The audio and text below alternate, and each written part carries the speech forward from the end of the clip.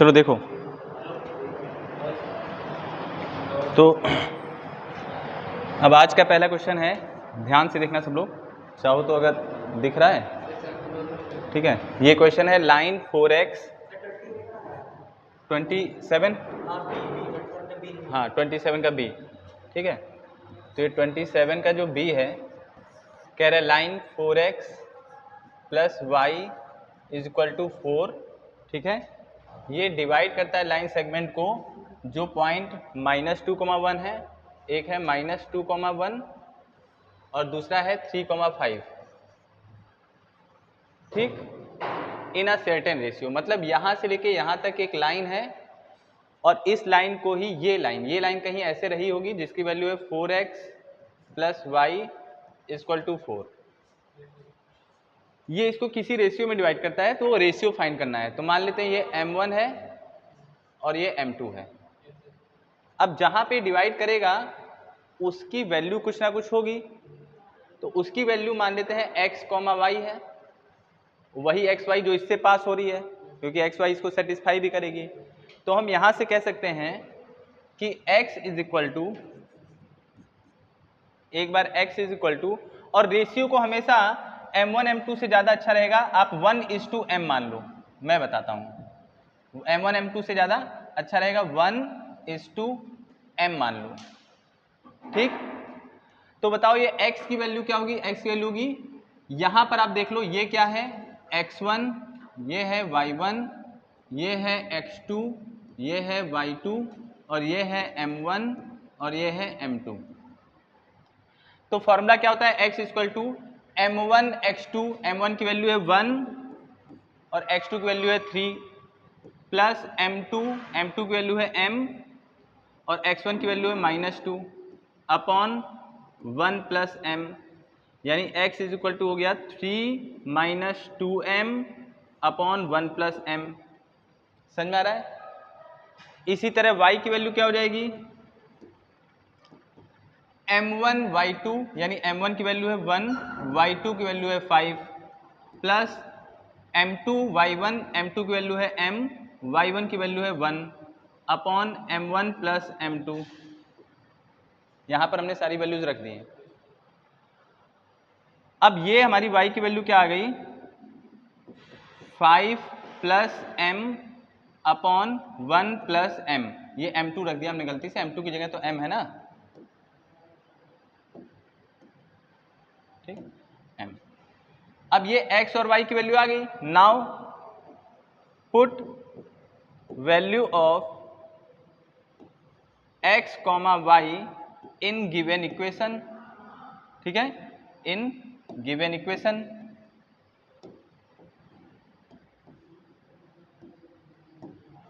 तो इक्वेशन में रखेंगे, तो इक्वेशन क्या था? 4x plus Y is equal to 4। अब मैं क्या कर दूं, x की जगह ये वैल्यू रख लेता हूं, तो यानी 4x की जगह 3 minus 2m upon 1 plus m, ठीक, और फिर प्लस y, तो y की जगह पर 5 plus m upon 1 plus m is equal to 4, equal to में 4। ये वैल्यू हम इधर किए तो क्या हो गया? पहले तो दोनों के पास 1 प्लस m है, तो 1 प्लस m एलसीएम आ गया, तो 1 प्लस m नीचे लिख दिया, ऊपर हो गया 4 3 जा, पहले 4 इसके पास गया तो 4 3 जा 12 माइनस 4 2 जा 8m, प्लस चूंकि बेस सेम है तो पावर ओ न्यूमिनेटर डायरेक्ट ऐड हो जाएंगे एलसीएम लेते समय, तो यहाँ पर हो जाएगा 5 plus m is equal to 4, ठीक। थोड़ा सा ऊपर कर रहे हैं तो क्या हो जाएगा? 12 प्लस 5 माइनस 8m में से m गया तो 7m इज इक्वल टू, और ये 1 प्लस m 4 के पास चला गया तो 4 प्लस 4m, क्योंकि 4 दोनों को मल्टीप्लाई करेगा। अब 12 और 5 हो गया 17 और minus 7m equal to 4 plus 4m, 4m इधर आया, माइनस 7m माइनस 4m, और यहाँ पर क्या हो गया? 4 माइनस 17, 7 में से 4 गया, अरे सॉरी 7 और 4 कितना हो गया? 11m, ठीक, 7 और 4 11m, माइनस का, और यहाँ पर 17 में से 4 गया तो कितना हो गया 13 माइनस का। ठीक है, तो m इज इक्वल टू आ गया -13 अपॉन -11, माइनस से माइनस कैंसिल आउट हो गया, तो m is equal to 13 upon 11, यानी रेशियो जो आ गया फाइनल वो रेशियो था 1:m, जिसको लिख सकते हैं 1:13 अपॉन 11, और इसी को हम लिख सकते हैं 11:13। इस तरह से लिखा जा सकता है, जो डिनोमिनेटर होता है वो आ जाता है, रेशियो हो गया। ठीक है, सीट इधर लगा लो तुम लोग, क्योंकि इधर से दिख नहीं रहा है। ठीक है, थोड़ा सा गर्मी लगेगा, भले लगा लो।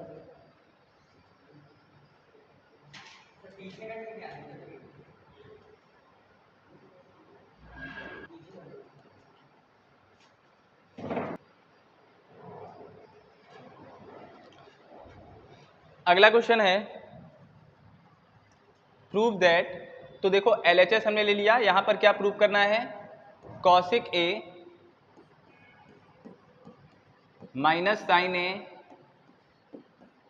और दूसरे ब्रैकेट में sec A minus cos A equal to 1/10A plus cot A, ये प्रूव करना है। ठीक है, तो हमने इसमें क्या किया, LHS ले लिया और RHS प्रूव करेंगे। अब इसको LHS से RHS लाने के लिए मैं क्या कर सकता हूं कि यहां पर सभी चीज को साइन कॉस में चेंज कर लेता हूं। साइन कॉस में चेंज करने के लिए कॉसिक को लिख सकते हैं 1/sin A, और साइन को साइन ही रहने दें। ये फॉर्मूले हैं, सब रटना पड़ेगा। सेक को लिख सकते हैं 1/cos A, और कॉस को कॉस ही रहने दें। नीचे कुछ नहीं है तो 1 है, एलसीएम लेंगे तो क्या आ जाएगा, नीचे आ जाएगा साइन A, ऊपर आ जाएगा 1 माइनस साइन A का स्क्वायर। क्योंकि जब देखो एलसीएम में किसको करना है, इसको इससे करना है, इसको इससे करना है, और नीचे वाले को नीचे से करना है। ठीक, ये एलसीएम लेने में ट्रिक है। यहाँ पर क्या करेंगे, 1 का 1 से करेंगे तो 1 से 1, ठीक, 1 स्क्वायर तो 1 ही, कॉस कॉस से तो कॉस स्क्वायर A, और नीचे कॉस A। अब 1 माइनस साइन स्क्वायर थीटा होता है फॉर्मूला कॉस स्क्वायर थीटा का, तो ऊपर यहां पर हो गया cos square A upon sine A, फिर इंटू ऊपर 1 माइनस कॉस स्क्वायर थीटा हो जाएगा sine square A upon cos A। Cos A से कॉस A कट गया, साइन A से साइन कट गया, बचा क्या, कॉस A और into sine A, cos A into sine A, लेकिन लाना था 1/10A प्लस कॉट A। तो हम इसको कुछ नहीं, परेशान होने की जरूरत नहीं है, इसके नीचे कुछ नहीं है तो 1 है ना, और 1 का एक फॉर्मूला होता है sine square theta plus cos square theta. तो यहाँ पर लिख सकते हैं आप sine square A plus cos square A, और ये दोनों जैसे न्यूमरेटर में है तो अगर इसको नीचे ले जाएंगे तो डिनोमिनेटर में आएंगे। तो इसको हम क्या लिख सकेंगे, इसको हम लिख देंगे 1/sin square A plus cos square A, और ये दोनों ही नीचे चले गए तो नीचे यहाँ पे आएगा तो क्या हो जाएगा साइन A कॉस A, और यहाँ पे आएगा तो क्या हो जाएगा साइन A कॉस A। यहाँ से साइन स्क्वायर A से साइन कट गया, यहाँ कॉस स्क्वायर A से कॉस कट गया, बचा क्या 1 अपॉन, इधर लिख देते हैं नहीं तो दिक्कत हो जाएगा, यहाँ क्या बचा ऊपर 1 अपॉन, इधर बचा sine A upon cos A, और sine A upon cos A हो गया 10A, प्लस इधर देखो एक कॉस ऊपर बचा एक साइन नीचे, तो cos A upon sine A cot A हो गया। तो LHS से RHS प्रूव हो गया। और भी कई तरीके हैं, जो भी मन में आया उस तरह से मैंने कर दिया। ठीक, तो थोड़े लंबे क्वेश्चन हैं ये, लंबे क्या सब हैं तो ठीक ही ठाक। अब है find the mean using step deviation method. ठीक, इस तरह से मीन आएगा तो स्टेप डेविएशन मेथड से आपको निकालना होगा। तो बताएं, मीन ही है तो आपको निकालना है mean using step deviation method. तो पहले आपको लिख लेना है, चलिए यहाँ पर क्लास 0 से 10, 10 से 20,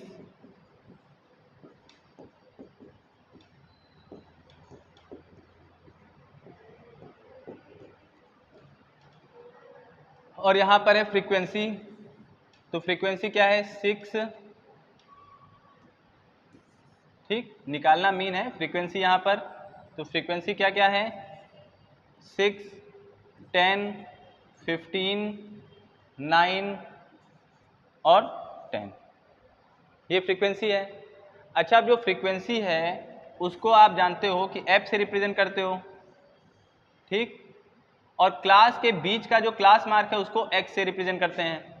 तो 0 से 10 के बीच में क्या आएगा 0 + 10/2 यानी 5, तो 0 से 10 के बीच में आएगा 5, 10 से 20 के बीच में 15, 20 से 30 25, फिर 35, फिर 45।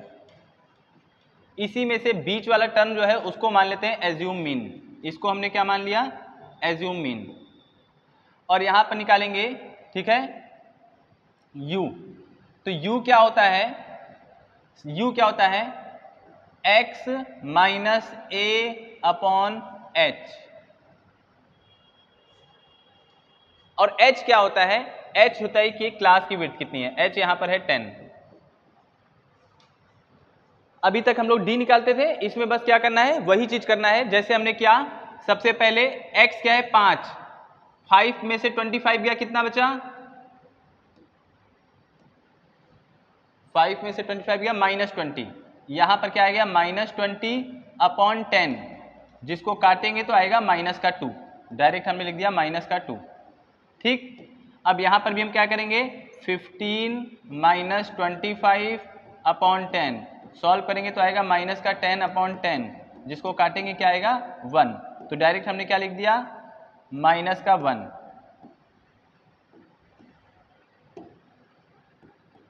ठीक, फिर तीसरा हमने क्या किया 15 - 15/10 0 आ गया, फिर 35 - 25/10 1 आ गया, फिर 45 - 25/10 2 आ गया। करके देखना जो हम बोल रहे हैं x - a/h, और फिर यहां पर निकालना है fu। f कितना था 6, और 6 2 जा -12, यहां पर है 10 1 जा -10, 15 0 जा 0, 9 1 जा 9, और 10 2 जा 20, और फिर अब क्या कर लेंगे यहाँ पर fu निकाल लेंगे, सिग्मा fu, और यहाँ पर निकाल लेंगे सिग्मा f।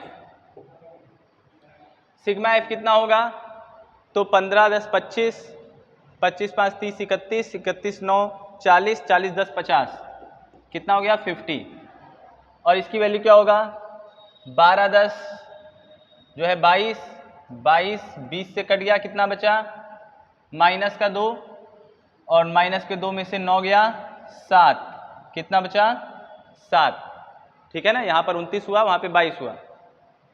तो यहाँ पे फॉर्मूला होता है स्टेप डेविएशन के मीन का a + sigma fu/सिग्मा f × h। a कितना था 25,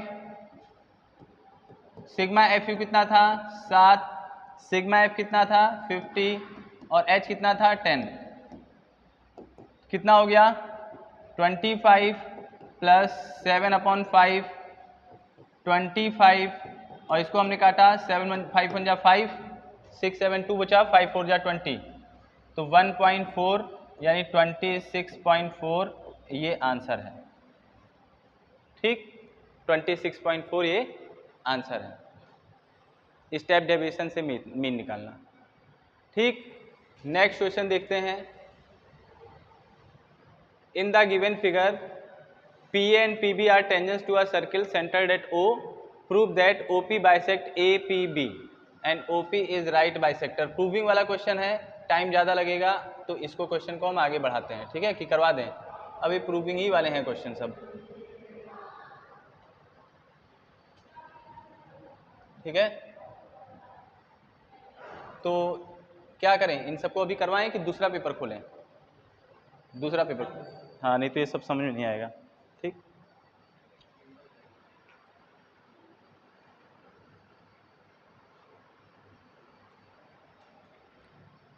अब अगला क्वेश्चन है, पहला क्वेश्चन। इसमें देखो कैसे क्वेश्चन घुमा देगा। क्वेश्चन कह रहा है the graph of quadratic polynomial P x passes through point 0,6 0 0,-30 4,-20 and 6,0 the zeros of the polynomial. अब ये क्वेश्चन देखते ही तुम सोचोगे इसमें जीरोज ऑफ द पॉलिनोमियल क्या है, ये है कि ये है, क्या है। तो बस क्वेश्चन क्या कह रहा है, ऐसे समझो कि ये ग्राफ है। सभी लोग ध्यान से देखो, अगर ये ग्राफ है, यहाँ x एक्सिस है, यहाँ y एक्सिस है, तो पहला कहाँ से जा रहा है 6,0 माइनस का 6, x पे माइनस का 6 0 यहां से जा रहा है। दूसरा x पे 0 y पे -30 यहां कहीं जा रहा है। ठीक है, अगर हम यहां पर 6,0 को मानते हैं तो -30 यहां मानना पड़ेगा। ठीक है,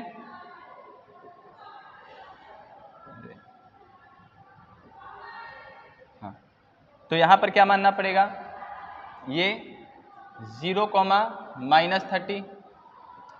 तीसरा क्या है 4,-20, x पे 4 1 2 3 4 -20। ठीक है, और -20 यहां कहीं।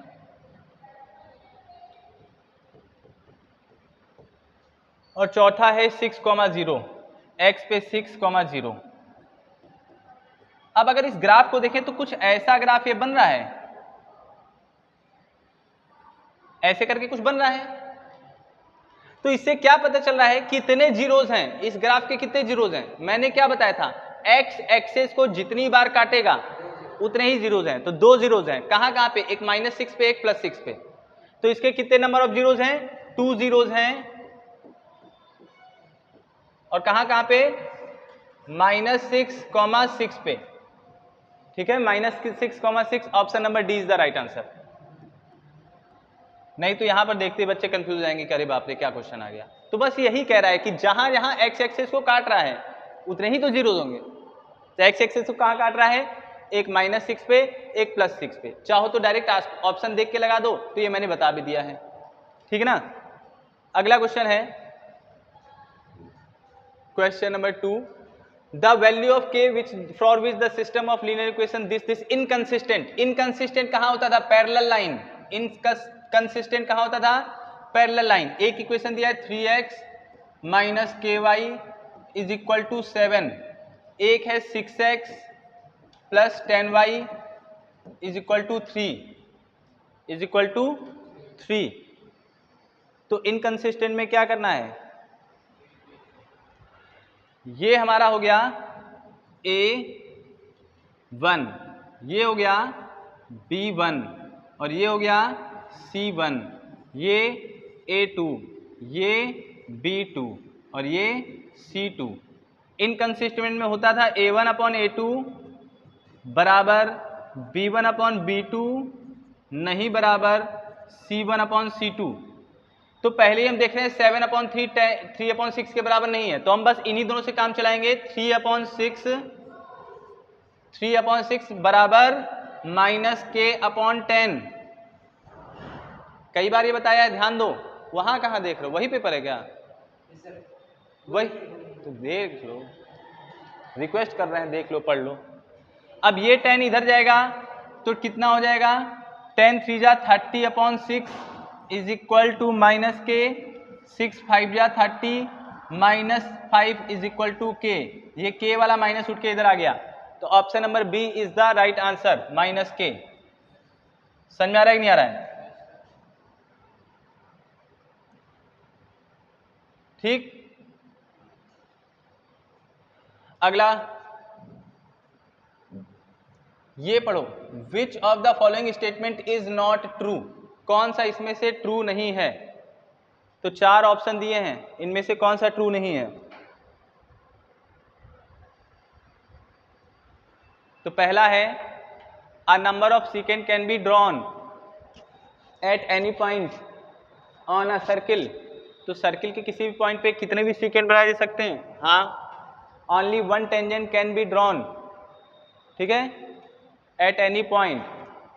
ऑन अ सर्किल, तो एक पॉइंट पे एक ही टेंजेंट बना सकते हैं, सही। A chord is a line segment joining 2 points on the circle, सही। From a point inside a circle only 2 tangents can be drawn, तो गलत। चौथा वाला गलत। कैसे गलत? क्या कह रहा है पहले तो समझो। कह रहा है कि जो सर्किल के अंदर से 2 टेंजेंट बना सकते हैं क्या? चौथे वाले में कि अंदर से हम टेंजेंट बना सकते हैं, नहीं, अंदर से टेंजेंट नहीं बन सकता। टेंजेंट क्या होता है? वो जो सर्किल को छुए, अंदर ना जाए। तो सर्किल के अंदर से from a point inside a circle, तो इनसाइड सर्किल से हम टेंजेंट नहीं बना सकते हैं, ठीक है। इनसाइड ऑफ अ सर्किल हम टेंजेंट नहीं बना सकते हैं।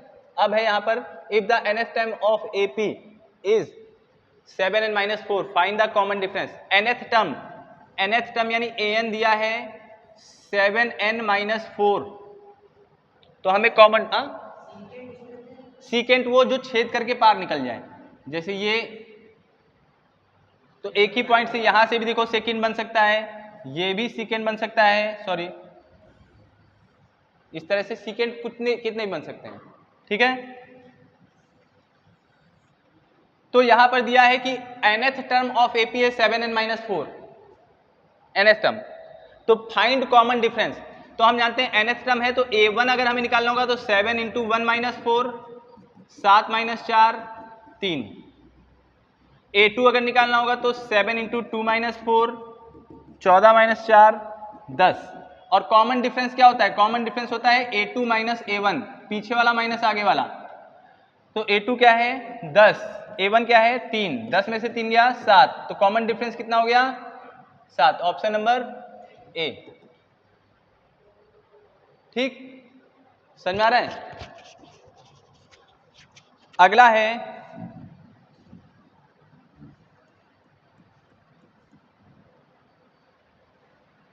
कह रहा है the radius of a base of right circular cone and the radius of sphere are each 5 centimetre in length. If the volume of the cone is equal to the volume of sphere then height of the cone. क्या कह रहा है? एक कोन है और कह रहा है the radius of base of right circular कोन, इसका जो रेडियस है बेस का, एंड रेडियस ऑफ स्फीयर, एक स्फीयर है उसका, दोनों का बेस रेडियस है 5 सेंटीमीटर ईच, ठीक। अब कह रहा है if the volume of the cone is equal to the volume of sphere then find the height of the cone. तो वॉल्यूम ऑफ कोन बराबर है volume of sphere. Volume of cone का formula होता है simple 1/3 pi r square h। Volume of cone का formula ये हो गया। वॉल्यूम ऑफ स्फीयर का फॉर्मूला होता है सिंपल 4/3 पाई r क्यूब। दोनों का r सेम है, दोनों का r सेम है, दोनों की जगह हम रख देते हैं 5, तो 1/3 पाई 5 स्क्वायर h इक्वल टू 4/3 पाई 5 का क्यूब। पाई से पाई कैंसिल, 3 से 3 कैंसिल, 5 स्क्वायर से 5 क्यूब का 2 कैंसिल, 1 बचा। यहां बचा h बराबर 4 × 1 5, तो h बराबर 4 5 या 20 सेंटीमीटर। तो option number B right answer है, ठीक। सीरियस हो जाओ कुछ ही दिन, भले लाइफ में कुछ समय सीरियस होना जरूरी है ना। अब कुछ दिन एकदम सीरियस होके पेन मुंह में जमाना, पता नहीं क्या क्या कर रहे हो। उज्जवल, अब बस ये नहीं कि वहाँ भगवान का नाम लिखो उस पेपर में, जय श्री राम जय श्री राम। भगवान भी कहेंगे तुम्हारे साथ मैं तभी आऊँगा जब तुम मेहनत किए होगे। हाँ, लिखे थे, हाँ, ऐसा कौन है भैया? लिख देना ना है तो अब क्या कर सकते हैं हम, और क्या बताएं। जो तुम्हारे मन में आए वो लिखना, लिखना बस। देखो अच्छा, अब नेक्स्ट क्वेश्चन है if tan theta is equal to 5/2, tan theta क्या है 5/, तो निकालना है find 4 sine theta plus cos theta. इस तरह का क्वेश्चन आएगा तो एक ही चीज करना है। वैसे तो बहुत से ट्रिक हैं, लेकिन वो जो एक ही चीज हर बार करोगे तो आंसर आ जाएगा। वो है एक ट्राइंगल बना लो छोटा सा। ये हमने छोटा सा ट्राइंगल बनाया, यहां पर दे दिया थीटा, 10 में हो गया 5, कुछ भी दे दो के, ये बेस हो गया 2k, क्योंकि मैंने बताया था पंडित बद्री प्रसाद आर भोले के हिसाब से 10 में होगा परपेंडिकुलर अपॉन बेस। और फॉर्मूला क्या होता है, हाइपोटेनियस स्क्वायर बराबर perpendicular square plus base square plus base square. तो यहां पर क्या करेंगे 5k square plus 2k square, 5 × 25 k square plus 4k square 29 k square. ये h स्क्वायर की वैल्यू आ गई, तो h की वैल्यू √29 k स्क्वायर। पाइथागोरस लगा रहे हैं, कुछ और नहीं। तो h बराबर हो गया √29 और k बाहर हो गया, तो यानी इसकी वैल्यू हो गई 29 रूट में k। अब रख दो साइन की वैल्यू क्या होगी, तो साइन की वैल्यू होती है परपेंडिकुलर अपॉन हाइपोटेनस। तो यानी कि यहां पर जब वैल्यू रखेंगे 4, साइन की value perpendicular 4k upon hypotenuse √29 k, cut गया ये। चलो कॉस की वैल्यू क्या होती है, base upon hypotenuse 2k upon √29 k, cut गया, अपॉन 4 फिर से वही साइन थीटा यानी 5k अपॉन 29 रूट में, और माइनस 2 अपॉन रूट में 29, के कट गया चारों तरफ से। यहां क्या हो गया 4 5 20 और यहां हो गया 2, और जब भी डिनोमिनेटर बेस सेम हो, इसके बाद हम यहां पे कर रहे हैं बेस सेम है तो √29 हो गया एलसीएम, और यहां पर क्यों गया 5 4 20 प्लस 2, नीचे भी बेस सेम है, ऊपर हो गया 5 4 20 माइनस 2, एलसीएम लेने के बाद 29 कट गया, 20 और 2 कितना हो गया 22, और यहां 20 में से 2 गया 18, काटा यहां पर 11 और 9, तो 11/9, option number A right answer. अब सोचो कि इतना लंबा है, और भी इसके शॉर्टकट मेथड हैं, चाहो तो इनको दोनों को कॉस से डिवाइड कर दो, तो यहाँ पर 4 tan थीटा प्लस 1 और 4 tan थीटा माइनस 1 आ जाएगा। वो भी तरीका है, लेकिन अब एक ही तरीका करो, क्योंकि हर बार डिवाइड तो करने से बनेगा नहीं। आ रही बात सुनने, चाहो तो कर लो, लेकिन तुम लोग को फॉर्मूला ही नहीं याद है।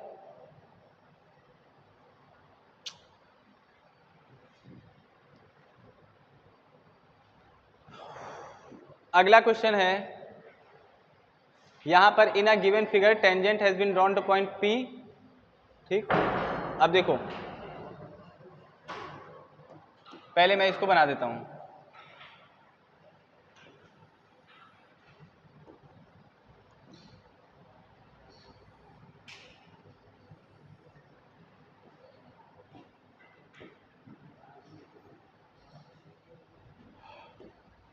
TPQ है 110, TPQ ये है 110, तो पूछा क्या है POQ, POQ, ठीक है। TPQ है, T यहां पर है, TPQ है 110 110, तो पूछा है POQ, POQ ये वाला। अब एक चीज बताओ कि आप जानते हो ये वाला एंगल कितना होता है, टेंजेंट जो रेडियस से, क्योंकि ये रेडियस है और रेडियस टेंजेंट के बीच में कितना होता है 90 होता है, तो ये कितना हो गया 90, और ये पूरा कितना था 110। तो अब 110 में से ये वाला 90 हट गया, तो ये कितना बचा,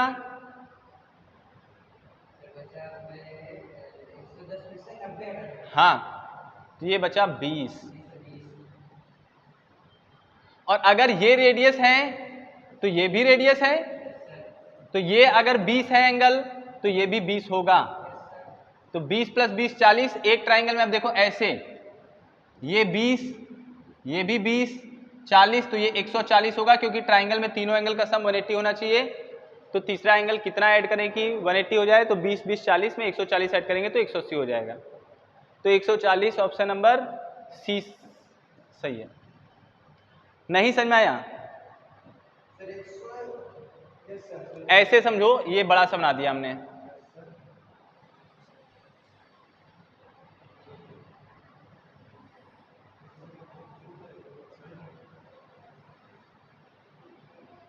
ये वाला एंगल था 110 110, और हम जानते थे ये वाला एंगल होता है 90। अब जैसे मैंने कहा कि मेरा इतना लंबा जो हाथ है 110 सेंटीमीटर का है और यहाँ से लेके यहाँ तक 90 है, तो ये कितने सेंटीमीटर का होगा? 20 का। तो ये पूरा 110 था, इतना 90 था, तो ये हो गया 20। अब चूंकि ये रेडियस है तो ये भी रेडियस है, और कोई दो साइड बराबर होता है तो इधर का अगर 20 हो गया ना तो इधर का भी 20 ही होगा।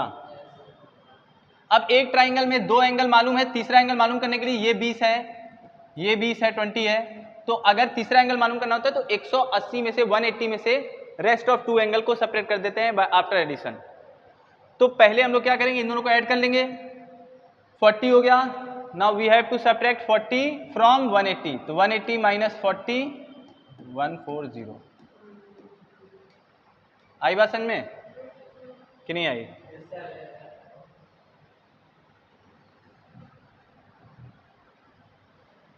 अब आ क्वाड्रेटिक पॉलिनोमियल हुज जीरो, ये तो क्वाड्रेटिक पॉलिनोमियल जिसके जीरोस दिए हैं, क्या दिए हैं? एक दिया है √5/2, एक दिया है 5/2, लेकिन एक बार प्लस में एक बार माइनस में, एक बार प्लस में एक बार माइनस में। तो फॉर्मूला क्या था याद करो, quadratic polynomial whose zeros are given, तो फॉर्मूला है k √x² minus alpha plus beta x plus alpha beta, k x² minus alpha plus beta करेंगे, इन दोनों को ऐड करेंगे, तो कैसे ऐड करेंगे? √5/2 माइनस √5/2 x प्लस √5/2 इंटू √5/2, एक बार माइनस में एक बार प्लस में, है ना?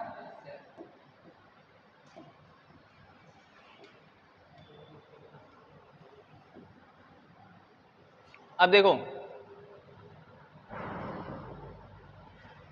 यहां पर क्या होगा, k का k ही रहेगा, यहां x², अब ये जो है माइनस का प्लस का पूरा कट गया तो जीरो हो गया, और जो जीरो हो गया तो ये पूरा पोर्शन ही गायब हो गया, और जब बचा क्या बचा, ये इधर वाला बचा माइनस माइनस, और ये माइनस का पूरा ही पोर्शन गायब हो गया है ना? बस x² है और ये पूरा पोर्शन गायब हो गया यहां तक, तो बस क्या बचा, प्लस माइनस माइनस, और √5 इंटू √5 5, √2 इंटू √2 2, ये बचा। अब देखेंगे कोई ऑप्शन है क्या? नहीं है, कोई बात नहीं, अब हम इसको सॉल्व कर लेंगे। पहले तो मान लेते हैं यहां पर let k is equal to, मैं मानता हूं 8, k की जगह पर 8 रख लो, तो 8x² माइनस 5/2, 8 को मल्टीप्लाई करेंगे, 8x² माइनस 8 इंटू 5/2, 2 4 जा 8, 8x² माइनस 5 4 जा 20। अब सोचोगे ऐसा क्यों माने सर? क्योंकि मुझे ऑप्शन में दिख रहा था x के साथ या तो x² था तो बीच वाला भी था, यहां पर एक गायब था और यहां पर एक गायब था, यहां पर 6 था। बेसिकली k की वैल्यू वो मानी जाती है जिससे डिनोमिनेटर गायब हो, और इनमें भी डिनोमिनेटर सब में नहीं है, तो हमने गायब करने के लिए k की वैल्यू पहले माना मन ही मन में कि मान लेते हैं 2, तो हम सोचे यहाँ पर 2 आएगा, वहां पर हमने सोचा 2 के मल्टीपल क्या 15 है, नहीं, कुछ चीजें लॉजिक लगानी पड़ती हैं भाई, है ना? समझ आ रहा है? नहीं आ रहा है? चलो अच्छा, आपकी जो क्वेश्चन बताते हैं सोच देखते हैं कि तुम लोग को। Consider the frequency distribution of 45 observation अच्छा, upper limit of median class. Median class पहले क्या होता है? बीच वाला। अगर सबको हम जोड़ें तो सबको जोड़ें 5 4 9 सॉरी 5 9 14 14 और 15 29 29 और 10 39 39 और 6 45 है ना? सही है।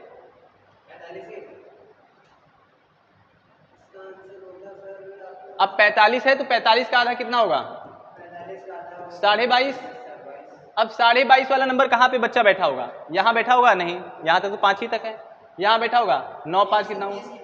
14। और यहाँ बैठा होगा। तो इसका ये होता है लोअर लिमिट या अपर लिमिट। तो अपर लिमिट कौन सा है मिडिल क्लास? 30। ठीक, अपर लिमिट कौन सा है? अब है इन द क्या है? Is the point of intersection of two chord A B और सी डी ऑफ सर्कल। अच्छा देखो, अब यहां पे आपको क्या बताना है? पहले तो मैं फिगर बना लेता हूं ऐसे देख के।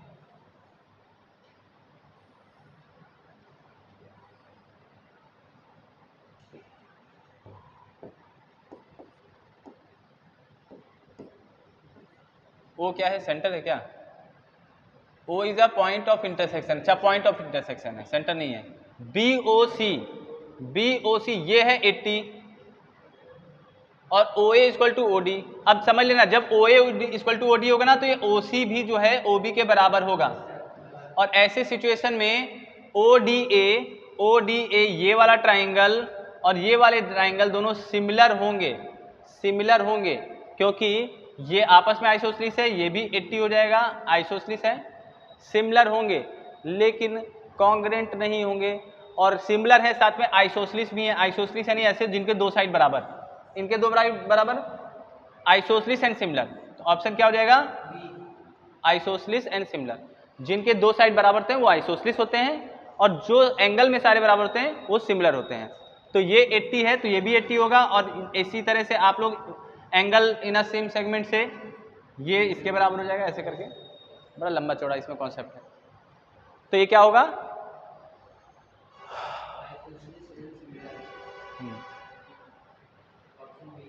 ठीक,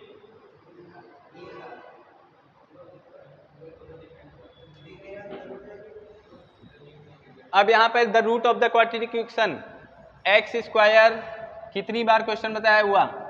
प्लस एक्स माइनस 1। क्वेश्चन जरूर आएगा। यहां पर कुछ नहीं है तो 1, ए की वैल्यू 1, यहां कुछ नहीं है तो 1, बी की वैल्यू 1, यहां है कुछ तो सी की वैल्यू -1 रखेंगे। किसमें? B square minus 4ac, B यानी 1 का स्क्वायर प्लस 1 का स्क्वायर माइनस 4, ए की वैल्यू 1, सी की वैल्यू -1, 1 1 जा 1 माइनस माइनस प्लस 4 5। बड़ा आया, 0 से बड़ा है, 0 से बड़ा है ना 5। तो 2 रूट्स होंगे, डिस्टिंक्ट होंगे, rational and distinct. Option number C, rational and distinct root होंगे। Option number C. समझ आ रहा है? क्लियर? अब यहां पर दिया है कि थीटा इक्वल टू है 30 और 3tan, थीटा की वैल्यू निकालनी है, यानी 3tan 30। tan 30 की वैल्यू होती है, डायरेक्ट निकालेंगे वहां से 1/√3। तो हमने देखा मल्टीप्लाई किया तो 3/√3। Option number C. ठीक, tan 30 की वैल्यू याद तो करनी पड़ेगी ना। Option number C. अब यहाँ है volume of solid hemisphere. Volume of solid hemisphere दिया है तो वॉल्यूम ऑफ हेमिस्फीयर होता है 2/3 पाई आर क्यूब। ये दिया है 396/7 सेंटीमीटर क्यूब। तो टोटल सरफेस एरिया निकालना है तो पहले तो हमें आर मालूम होना चाहिए। तो यहां से हम क्या करेंगे कि 2/3, ठीक, पाई को लिख सकते हैं 22/7 आर क्यूब, 396/7। तो आर क्यूब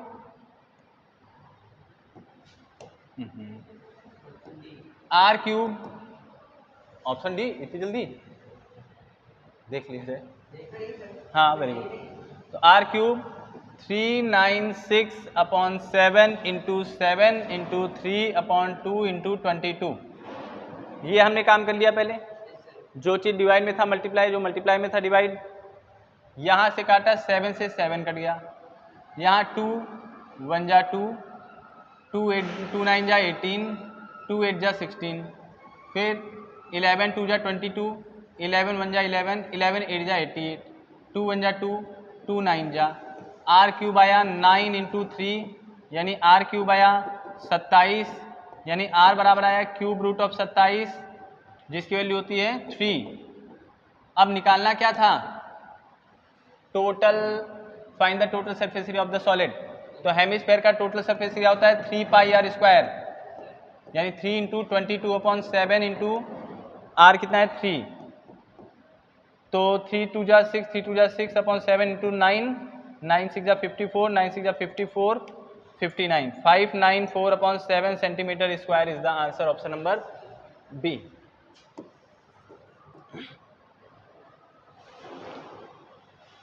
करने के लिए और भी शॉर्टकट चीज़ें हैं, बट क्या कहें, समय नहीं है ना ज़्यादा।